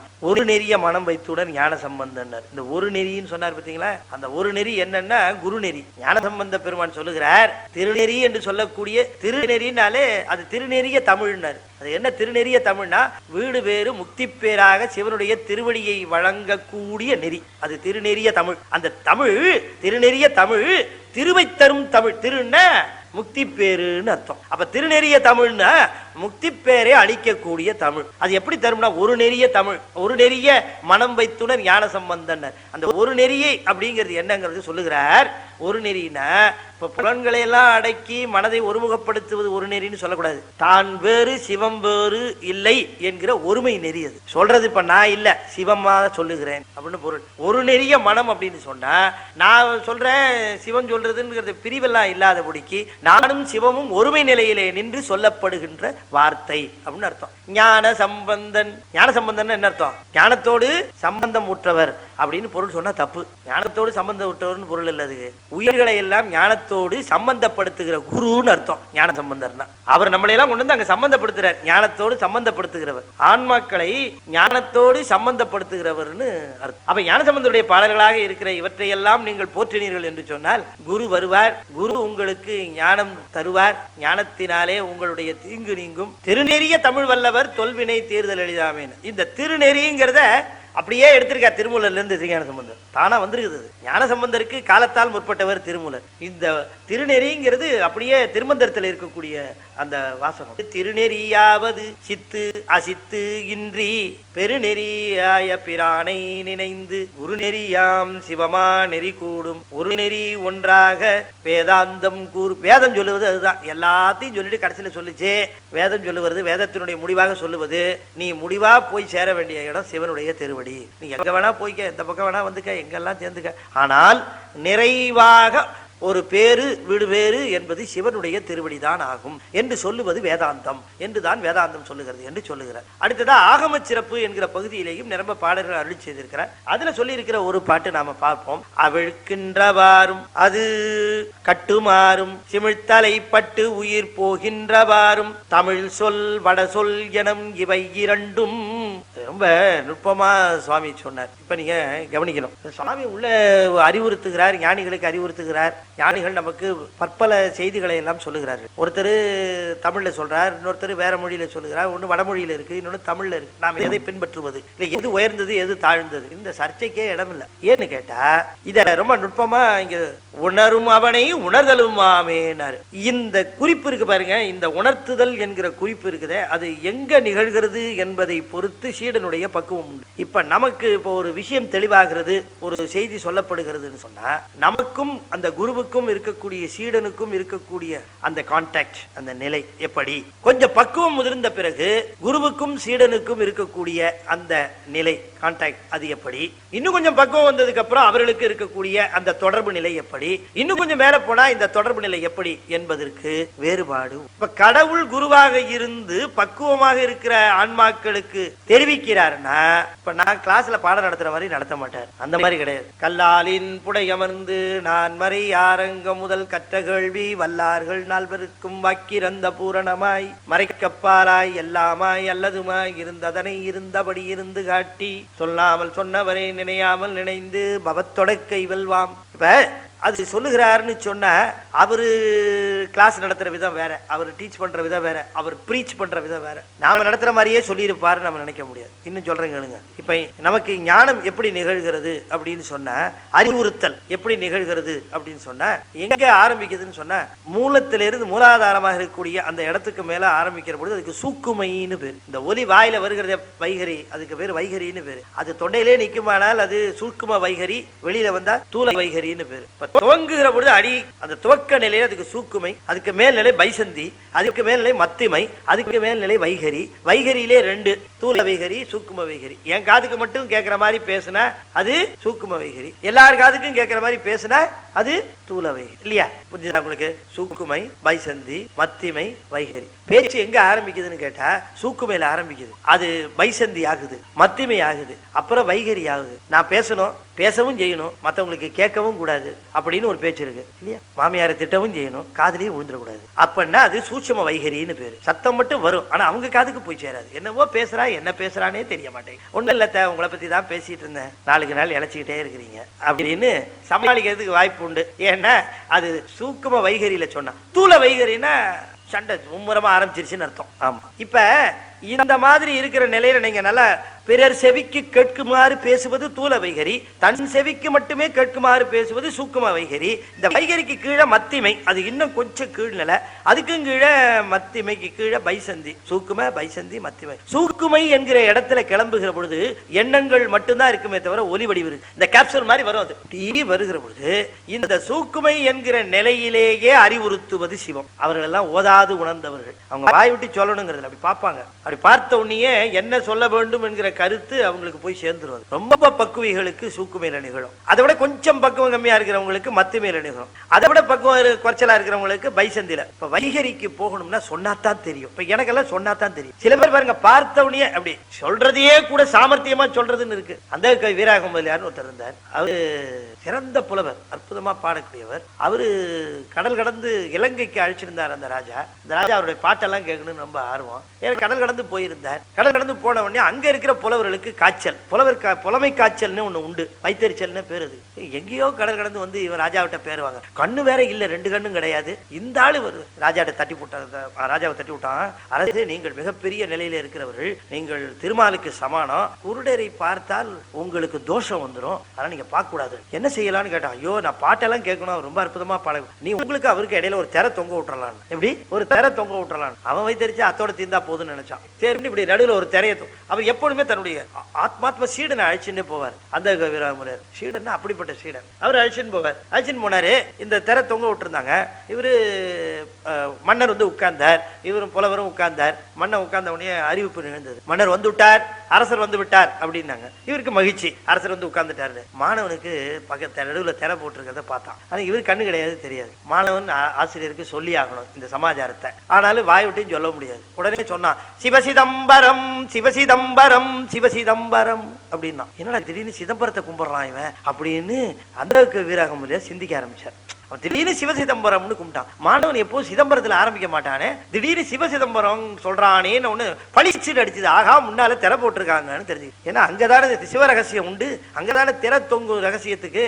ஆகா, புரிஞ்சுக்கிட்டார். மனது வேதனைப்பட்டுச்சு. அவர் சொன்னார், திருவண்ணாமலை திருவண்ணாமலை திருவண்ணாமலைன்னாரு. திரை தீப்பிடிச்சு எரிஞ்சிருச்சு. அவரு புலவர், கண்ணு குருடைய கருத்து. அவர் என்ன பண்ணார், இந்த மாதிரி ஒரு கவி அரங்கேற்றம் நடந்தது, பாட்டு அரங்கேற்றினார். அரங்கேற்றுகிற பொழுது நிரம்ப மக்கள் கூடியிருப்பார்கள். அப்பெல்லாம் பாத்தீங்கன்னா பெண்கள் அறிவு கூர்மை உடையவர்களா, அது மட்டும் இல்ல அதுல வயதானவர்கள்லாம் ரொம்ப புலமை மிக்கவர்களாக இருப்பார்கள். அந்த பாட்டு பாடிக்கிட்டே இருந்தாரு, பல பாடல்களை சொல்லிட்டே வந்தார். அது பாட்டுல வருவது சொன்னார், வேகமா சொன்னார், சாற்றில் முளைத்த செங்கரும்போ அப்படின்னு வந்தது பாட்டு.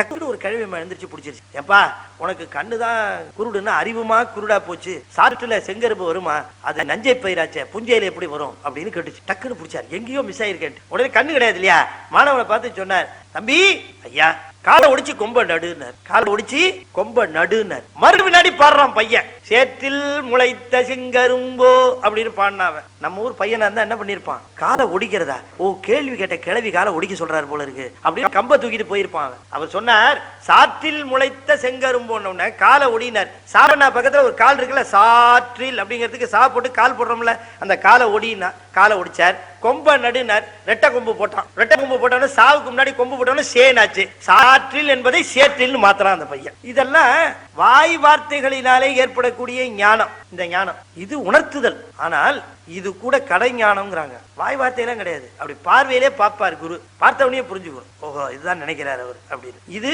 அதுக்கு அடுத்த ஞானம். இதுக்கும் கீழே இருக்கிறது மத்திமை, அதுக்கும் கீழே பைசந்தி, அதுக்கும் கீழே சூட்சம். இந்த சூக்குமை என்கிற இடத்துல தான் அந்த 4 அறம் போதித்தார் நம்முடைய சிவபெருமான் தட்சிணாமூர்த்தி. அப்ப எந்த நிலையிலே அறம் போதிக்கப்படுகிறது என்பது அவருடைய பக்குவத்தை பொறுத்தது. ஆக இந்த ஓதாது உணர்ந்தல் என்கிற அந்த நிலையை சூக்குமை என்கிற இடத்திலே ஓதியதும் உண்டு, வைசந்தியிலே ஓதியதும் உண்டு, மத்திமையில ஓதியதும் உண்டு, வைகரியில ஓதினதும் உண்டு. அப்ப ஞானிகளுக்கு போதிக்கிற பொழுது சுவாமி என்ன பண்ணுவார், சூக்குமையில அவர்களுக்கு உணர்த்துவார். உள்ளிருந்து உணர்த்துதல்னு பேர். அப்படி உள்ளிருந்து உணர்த்துகிற பொழுது, சூக்குமையில உணர்த்துகிற பொழுது அதுக்கு வரி வடிவம் கிடையாது, மொழியே கிடையாது.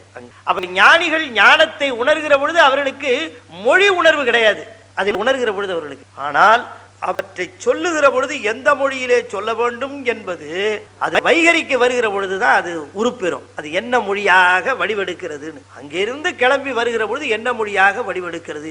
அந்த மொழி என்பதும் அந்த இடத்துல ஓதுதல் என்பது ஞானம் பிறக்கிற இடம், இந்த இடத்துல ஒலி பிறக்கிற இடம், ஞானம் பிறக்கிற இடமும் ஒலி பிறக்கிற இடமும் ஞானிகளுக்கு இறைவன் தீர்மானிக்கிறான். அதனால அது நீ வட சொல்லாக இருந்தாலும் தமிழ் சொல்லாக இருந்தாலும் இரண்டு சொற்களிலும் உனக்கு ஞானம் தெரிவிக்கப்பட்டிருக்கிறது. எனவே ஆகமம் என்று சொல்லக்கூடிய அந்த திரண்ட கருத்துக்களை, ஆகமம் என்று சொல்லக்கூடியதை வடமொழியிலும் தென்மொழியிலுமாக உனக்கு அமைந்திருக்கிறது. உனக்கு எது பொருத்தமாக படுகிறதோ அந்த மொழியை பின்பற்றி, அந்த சொற்களை பின்பற்றி, அந்த சொற்களினுடைய பொருளை பின்பற்றி சிவத்தை அடைவது உன்னுடைய கடன். அது ரொம்ப முக்கியம். ஆகவே வட சொல் தமிழ் சொல் என்று சொல்லக்கூடிய இரண்டிலும் தரப்பெற்று இருக்கிற ஆகம கருத்துக்களை, நான் உணர்ந்திருக்கிற சிவம் எனக்கு உணர்த்திய ஆகம கருத்துக்களை, வடமொழியிலே இருக்கக்கூடிய அந்த ஆகம கருத்துக்களை தமிழிலே சொல்ல யாம் வந்திருக்கிறோம். இந்த திருமந்திரம் முழுவதும் தமிழ் ஆகம கருத்துக்கள். இவற்றை நீ உணர்ந்தால் சிவபெருமான் உமாதேவியாருக்கு என்ன உபதேசித்தாரோ அந்த உபதேசம் முழுவதும் இந்த தமிழிலே உனக்கு கிடைக்கிறது, யாம் தருகிறோம், தவறாது பெற்றுக்கொள்க என்று அறிவிக்கின்றார் திருமந்திரத்திலே திருமூலர். இதுதான் செய்தி. அது ஆக ஆகமம் என்பது வேதத்தினுடைய பொது கருத்தை சிறப்பாக எப்படி சிவத்தை சென்று அடைவது, சிவத்தை அடைவதுதான் திருநெறின்னு சொல்லிட்டீங்க, அது எப்படி அடைவது என்கிற பக்குவ நிலைகளை உணர்த்துவது ஆகமம். அந்த நெறிகளை ஆகமத்திலே சொல்ல இருக்கிற அந்த நெறிகளை யாம் தமிழிலே உமக்கு உணர்த்துகிறோம். வடமொழியா தமிழ் மொழியா என்கிற ஆய்விலே காலத்தை வீணாக்காது உடனடியாக தமிழிலே சொல்லப்பட்டிருக்கிற இதை நீ ஏற்றுக்கொண்டு தமிழிலே சொல்லப்பட்டிருக்கிற கருத்துக்களை எல்லாம் உள்வாங்கி பின்பற்றுவாயானால் சிவத்தினுடைய பெருநிலையை நீ அடைவாய். இதுதான் சொல்றாரு. ஆக ஆகம சிறப்பு, இந்த வேத சிறப்பு என்று சொல்லக்கூடிய இரண்டு பகுதிகளிலும் இந்த இரண்டு செய்திகளையும் சொல்லிவிட்டு இப்பொழுது உபதேசம் என்கிற பகுதிக்கு போகிற 30 உபதேசம்னு பேர். சிவபரத்துவம்னு சொன்னார். சிவமே உலகம் முழுவதும் பரவி இருக்கின்ற மிகப்பெரிய பொருள். அது சொன்ன நூல்கள் வேதம் ஆகமம். வேதம் ஆகமம் என்பது அது சொன்ன நூல்கள் அது நேராக சொன்னதா அதிர்ட்டித்து சொன்னதா என்கிற நிலை. சொல்லுகின்றவரை அதிர்ட்டித்து சொல்லுகிற பொழுது சிவமாக இருந்து சொல்லுவார்கள். எனவே அதுவும் சிவம் சொன்னதாக பொருள். திருஞான சம்பந்தர் சொன்னார் என்று சொல்லுகிற பொழுது திருஞான சொல்லுகிறார் ஒரு நெறிய தமிழ்னு சொன்னார். அப்பா நான் தமிழ்ல சொல்லி இருக்கிறேன் என்று எண்ணுகிறாயே, இது ஒரு நெறிய தமிழ். ஒரு நெறி என்ன, நான் வேற சிவம் வேற என்று இருந்து சொன்ன தமிழ் இல்ல, நானும் சிவமும் ஒன்று என்று இருந்து சொன்ன தமிழ்.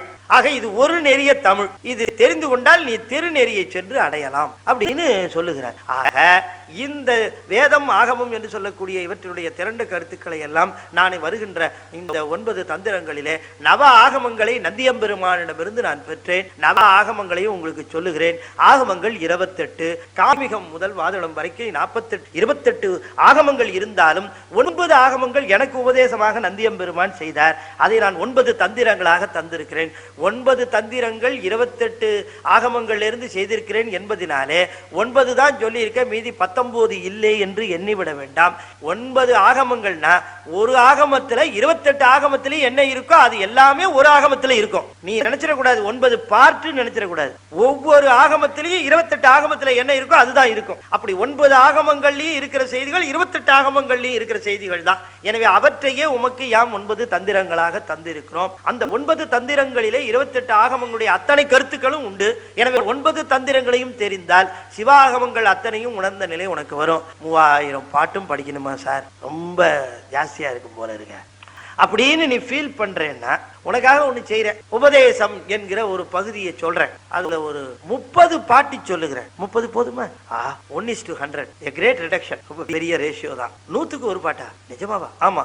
மூலன் உரை செய் 3000 தமிழ், மூலன் உரை செய் 30 உபதேசம். 30 உபதேசத்திலையும் 9 ஆகமங்கள் இருக்கிற கருத்துக்களையும் திரட்டி போட்டார். இன்னும் சொல்ல போனா 3000 திருமந்திரத்திலேயே என்ன பாட்டு சொன்னாரோ, என்ன கருத்து சொன்னாரோ, அதை 30 பாடல்கள்ல சொன்னார். அதுதான் உபதேசம். உபதேசம் என்கிற பகுதி. இந்த 30 ஒன்றுக்கொன்று தொடர்புடையது என்று காட்டுறதுக்காக 30ஐயும் அந்தாதியா படிச்சார். ஒரு பாடலினுடைய கடைசி சொல்லு அடுத்த பாடலினுடைய துவக்க சொல்லா இருக்கும். அப்படி அமைச்சார். இதுக்கு மண்டலித்து வருவதுன்னு பேரு. அப்ப 30வது பாட்டினுடைய கடைசி சொல்லு முதல் பாட்டினுடைய முதல் சொல்லாக வரும். இப்படி வச்சார். இந்த 30 பாட்டும் ஒரு தொடர்புடையதுன்னு. எனவே உபதேசம் என்கிற பகுதி. உபதேசம்னா என்ன அர்த்தம்? அடுத்தவனுக்கு ரொம்ப தேவைப்படுறது, நமக்கு தேவைப்படாது, அதெல்லாம் உபதேசம்னு பேரு. ஒழுங்கா ரோட்டை பார்த்து விதிமுறைகளை கடைபிடித்து செல்ல வேண்டும். இது உபதேசம். நான் போகும்போது எதுவும் தேவையில்லை. அதான் ஊருக்கு செய்வதுதான் உபதேசம், தனக்கு இருப்பதல்ல. அதுதான் அப்படி சொன்னாங்க. அது ஊருக்குத்தான் உபதேசம்னா ஊருக்கு செய்கின்ற அறிவுரை தனக்கு வேண்டாத அறிவுரை உபதேசம். அதான் உபதேசம். இன்னொரு பொருள் சொல்லுவாங்க. உபதேசம்னா தேசம்னா இடம், உபம்னா அருகாமையில், அருகாமையிலே இருந்து சொல்லுவது உபதேசம். உண்மையிலே உபதேசம்னா என்ன பொருள்னு சொல்றேன். உபதேசம் அப்படின்னா என்ன பொருள்னா, உபதேசம் அப்படின்னா தனக்கு அனுபவமானதை எடுத்துரைத்தல். தனக்கு என்ன அனுபவம் வந்ததோ அதை சொல்றதுக்கு பேர் தான் உபதேசம். தனக்கு அனுபவம் ஆகாததெல்லாம் சொல்றது உபதேசம். எனக்கு இந்த மாதிரி ஆச்சு, எனக்கு இந்த மாதிரி நிகழ்ந்தது என்று சொல்லுவது உபதேசம். தனக்கு அனுபவமானவற்றை திருமூலர் சொல்லுகிற பகுதி உபதேசம். நமக்கு அனுபவப்படணும்னு சொல்ற. எனவே இந்த உபதேசம் என்கிற பகுதியில 30 பாட்டும் ரொம்ப அற்புதமான பாட்டு. 30 உபதேசமாக அமைந்த பகுதி, 30 திரண்ட கருத்தாக இருந்த பகுதி, 30 சிவாகமத்தினுடைய பிழிவாக இருக்கிற பகுதி. அதனால 30 உபதேசத்தை மட்டும் நம்ம 30 பாட்டியும் பார்க்க போறோம். 30 பாட்டியும் உபதேசம். ஏன்னா இப்ப வேத சிறப்புன்னு 6 பாட்டு சொன்னார், நான் ஒண்ணுதான் சொன்னேன். ஆகம சிறப்புன்னு 18 பாட்டு கிட்டத்தட்ட சொல்லி, அதுல ஒரு பாட்டு தான் நான் சொல்லி இருக்கிறேன். ஆனால் உபதேச பகுதி 30 பாடலையும் நம்ம நிரம்ப பகுதிகள் இருக்கு திருமந்திரம். இந்த உபதேச பகுதியில இருக்கக்கூடிய எல்லா பாடல்களும் அற்புதமான பாடல்கள். அவற்றை எல்லாம் நாம சிந்திக்க சிந்திக்க அவற்றை என்ன நமக்கும் சிவத்துக்கும் இருக்கிற நெருக்கம் அதிகமாவதை நாம் உணரலாம். அந்த அளவுக்கு ரொம்ப அற்புதமா அமைச்சிருக்கிற பகுதி என்று சொல்லி இந்த அளவிலே இந்த அற்புதமான ஞான வேள்வி திருமந்திரம் நம்முடைய ஆன்மாவை செம்மைப்படுத்துகின்ற ஒரு நூல். அந்த திருமந்திரம் சிவத்தோடு நம்மை கொண்டு சேர்க்கின்ற ஒரு நூல். நம்மை செம்மைப்படுத்துவது மட்டுமல்ல, பேரானந்தம் விளைவிக்கின்ற ஒரு நூல். தொடர்ந்து திருமந்திரம் கேட்டுக்கொண்டே வருகிற பொழுது நம்முடைய சிந்தனை, நம்முடைய சிந்தையை எதுவும் துன்பப்படுத்த முடியாது. நம்ம லேசில துன்பப்பட்ட மாட்டோம், லேசில கவலை அடைய மாட்டோம். அந்த அளவுக்கு அந்த சிந்தையானது செம்மைப்படுத்தப்படும் என்று சிவஞானிகள் சொல்லி இருக்கிறார்கள். யார் ஒருவர் திருமந்திரத்தை தொடர்ந்து கேட்கிறார்களோ சிந்திக்கிறார்களோ அவர்களுக்கு கவலை இல்லாமல் போகும். அவங்க எப்பொழுதும் ஆனந்தமாக இருப்பார்கள். எப்பொழுதும் அவர்கள் இந்த உலக கவலைகள் அவர்களை ஒன்றும் செய்ய முடியாது என்று ஞானிகள் சொல்லுகிறார்கள். அப்படிப்பட்ட பேரானந்த நிலை நமக்கெல்லாம் கூடும் என்று சொல்லி கூடியிருந்த அத்தனை பேருடைய திருவடிகளிலும் அடியேன் வணங்கி மகிழ்ந்து இந்த அற்புதமான ஞான வேள்விக்கு மூலமாக விளங்கக்கூடிய மணிவாசகம் ஐயா அவர்களுக்கும் சரவணன் ஐயா அவர்களுக்கும் என்னுடைய ஆன்ம நாயகனாக இருக்கக்கூடிய முருகப்பெருமான் எல்லா நலன்களையும் அவர்களுக்கு அவர்கள் குடும்பத்தாருக்கும் வழங்க வேண்டும் என்று சொல்லி கூடியிருக்கக்கூடிய உங்கள் அத்தனை பேருக்கும் குருவருளாக திருமூலருடைய திருவருள் நிரலும் ஆடல் வல்லானுடைய திருவருளும் உங்களுக்கு நிறைந்து விளங்குவதாக என்று சொல்லி இந்த அளவிலே நிறைவு செய்து மீண்டும் அடுத்த சனிக்கிழமை சந்திப்போம். திருமூலர் திருமந்திரம் சிந்திப்போம் என்று கூறி விடைபெறுகிறேன். நன்றி, வணக்கம், திருச்சிற்றம்பலம்.